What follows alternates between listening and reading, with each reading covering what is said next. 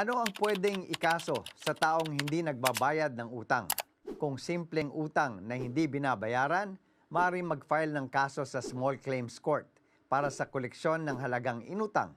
Ito ay isang kasong sibil at sa Small Claims Court, hindi na ninyo kailangan ng abogado. Kailangan lang na may demand letter kayo, may barangay certification to file action, at pagsasampa ng petisyon sa Small Claims Court.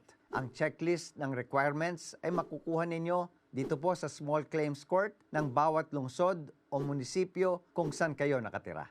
Kung may kasama namang panloloko na ginawa ng umutang o kaya ay nagbigay siya ng tsekeng tumalbog, maaari ninyong sampahan ng kasong kriminal na tulad ng estafa o paglabag sa bouncing checks law at ito ay isasampa ninyo sa piskal.